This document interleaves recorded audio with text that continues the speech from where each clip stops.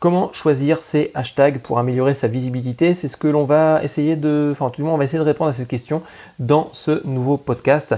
Mais avant, je tenais à vous saluer et en même temps, je m'appelle Nicolas, je suis développeur et concepteur d'activités. J'endosse en même temps la casquette de webmarketer pour plusieurs sites que je gère et vous êtes dans le 4e jour d'un défi qui est 30 jours pour passer de 0 à 50 visiteurs par jour avec Twitter uniquement. À ce stade, je ne cherche pas à faire de retour sur les résultats, enfin du moins analyser mes résultats, mais à proposer des solutions, des idées, des actions que l'on pourrait mettre en place ensemble dans le cadre du défi de ces 30 jours d'action. Donc 30 jours, 30 podcasts, 30 articles dans lesquels je vais délivrer un petit peu toutes les recherches que je peux effectuer comme si j'étais un débutant. Je ne vais pas faire d'analyse dans ce podcast-là, on va attendre encore quelques jours, notamment à savoir que dans l'épisode précédent, nous avions mis en place une stratégie de mass following de façon à augmenter notre trafic par le fait d'avoir beaucoup plus de followers sur notre compte Twitter. Donc là, on a le compte Twitter qui est en train d'exploser et on verra dans les prochains jours comment réguler tout ça.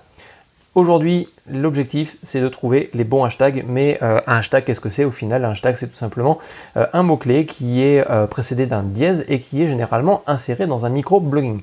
L'objectif est, avec ce hashtag-là, d'associer un contenu à d'autres sujets du même type, un petit peu comme si on avait entre les mains un outil de référencement qui va nous permettre d'augmenter notre visibilité en étant regroupé, catégorisé sur ce mot-clé en particulier.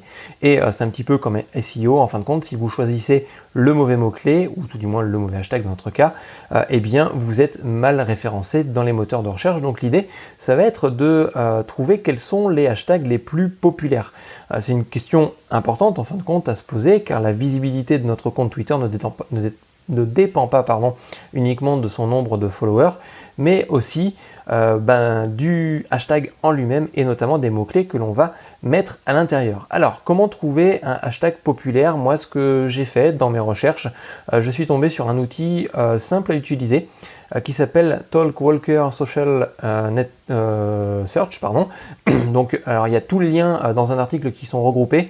Éventuellement, si vous voulez avoir tous les liens et puis toutes les images, toutes les illustrations associées à ce podcast-là, vous pouvez aller faire un tour sur un lien qui se trouve juste en dessous de ce podcast et puis vous retrouverez toutes les ressources nécessaires. Donc, Talkwalker Social Search, c'est un outil qui va permettre de réaliser une recherche sur un mot-clé en particulier.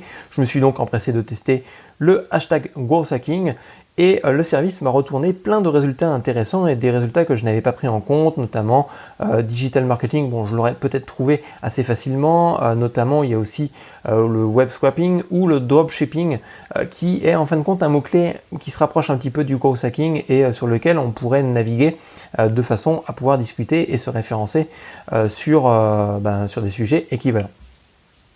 Je vois notre intérêt à cet outil-là, c'est tout simplement d'avoir la possibilité d'exporter un CSV. Donc si vous ne savez pas ce que c'est qu'un CSV, c'est un fichier Excel un peu particulier puisque c'est plus un fichier orienté texte, mais c'est un fichier que vous pouvez ouvrir avec Excel. Et donc à partir de ce fichier-là, on a la possibilité de traiter plus facilement les données. Et notamment de les exporter, de les télécharger sur son propre poste et puis de les recouper avec d'autres informations. On pourrait même établir une stratégie là-dessus, c'est-à-dire de prendre un mot-clé principal, de prendre les 5 mots-clés les associés à ce mot-clé principal. Donc si on prend le growth hacking, il va y avoir marketing, digital marketing, social media, il y a SEO, donc ça c'est les 4 mots-clés associés en fait au growth hacking et il y a pas mal de mentions autour. Donc ça veut dire qu'on pourrait très bien imaginer reprendre ces autres mots-clés là et puis recommencer cette même recherche de façon à élargir notre potentiel en termes de hashtags. Combien de hashtags dans un tweet? Ça c'est une autre question que je me suis posée dans l'idée d'augmenter notre visibilité et je suis tombé au fur et à mesure des recherches sur un article intéressant d'Isabelle Mathieu qui reprenait des statistiques de TrackMaven. Encore une fois, les images sont dans un article associé à ce podcast là, donc si vous voulez les voir, cliquez sur le lien juste en dessous. À première vue, lorsque l'on mettrait un seul hashtag dans un tweet, celui-ci aurait plus de chances d'être vu, mais surtout d'avoir de l'engagement. Donc, Qu'à ça ne tienne, jusqu'à maintenant je mettais à peu près 3 hashtags par tweet, et bien je vais essayer de réduire et passer peut-être de 1 à 2 hashtags. Et d'ailleurs on voit qu'à partir du moment qu'il y a 3 hashtags dans un tweet, la visibilité descend nettement. Donc pourquoi pas tester tout ça et puis en même temps d'ajouter ça à nos différents critères qui vont faire que notre tweet va avoir une visibilité beaucoup plus importante. Dans cet article d'Isabelle Mathieu, il y avait d'autres données, d'autres critères supplémentaires, notamment qui faisaient référence à la taille du contenu, c'est-à-dire que si celui-ci était beaucoup trop grand, la visibilité diminuait. Moi, mon objectif, c'est tout simplement de proposer du contenu aux personnes qui me suivent sur Twitter, donc je ne me tiendrai pas trop sur ce critère-là.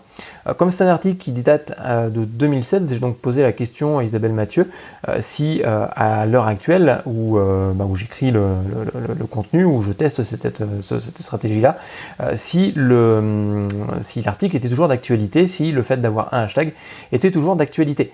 Donc j'attends toujours une réponse d'Isabelle Mathieu sur ce sujet, mais ça va me permettre de faire un petit cliffhanger en fin de compte sur ce podcast-là.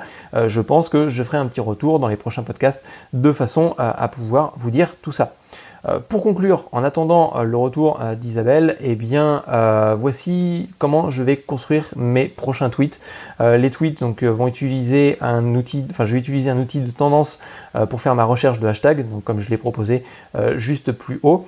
Et puis à partir de cet outil de tendance, je vais associer un hashtag en particulier à chacun de mes tweets et mettre qu'un seul, voire même peut-être 2 hashtags par tweet. Donc voilà, c'est fini pour ce podcast. Si vous voulez en savoir plus ou si vous voulez suivre la progression du compte Twitter Devenir Growth Hacker, n'hésitez pas à cliquer sur le lien qui se trouve en dessous de ce podcast ou si vous êtes directement sur l'article, sur le bouton qui se trouve en dessous de ce podcast. L'idée c'est de suivre pendant 30 jours mes actions de façon à passer de 0 à 50 visiteurs par jour sur Twitter. Sur ce, je vous dis à plus tard. Ciao, bye.